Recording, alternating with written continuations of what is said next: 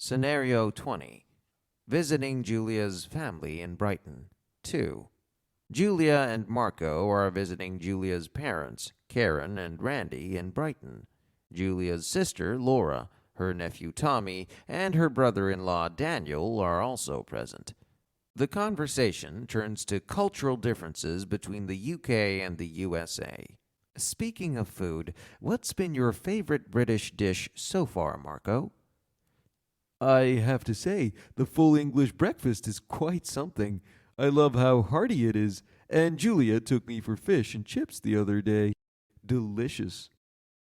Oh, and remember when you tried black pudding for the first time? Your face was priceless. Yeah, that was a bit of a surprise. I didn't expect it to taste like that, but I'm glad I tried it.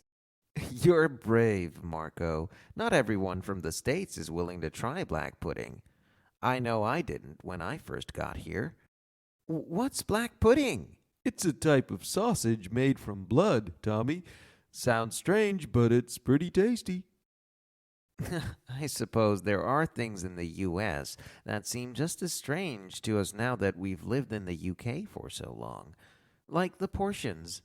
Everything is so big back in the States. Guilty as charged. We do like our big servings.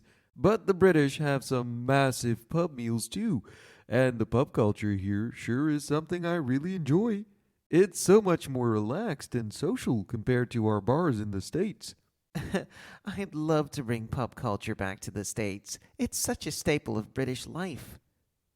I can see why. It's one of those things that really defines UK social interactions. Speaking of which, we should all go to the local pub one evening while you're here. I'd love that, and I'd love to show you all around New York someday.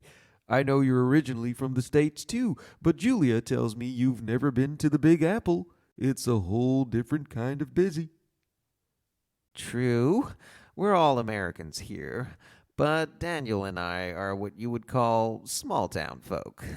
Oh, you guys would love it, and I'd love to show you my favorite spots. Ooh, can we go too, Aunt Julia? Of course, Tommy. We'll take you to see all the big sights like the Statue of Liberty and Central Park. That sounds amazing. We'll definitely have to plan a trip.